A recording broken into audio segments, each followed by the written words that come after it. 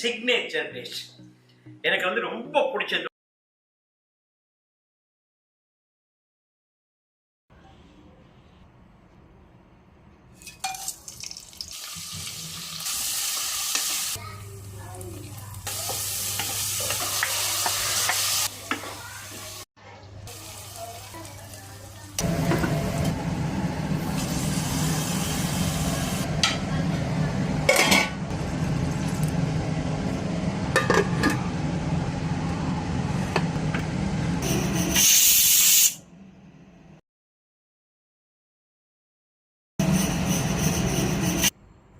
ஒன்று அது இல்லாமல் வந்து நிறைய இடத்துல வந்து இதை செஞ்சு அதாவது நிறைய ஃபுட் ஃபெஸ்டிவல்ஸ் இந்த ஃபுட் இந்த பர்டிகுலர் டிஷ் செஞ்சுருக்கேன்.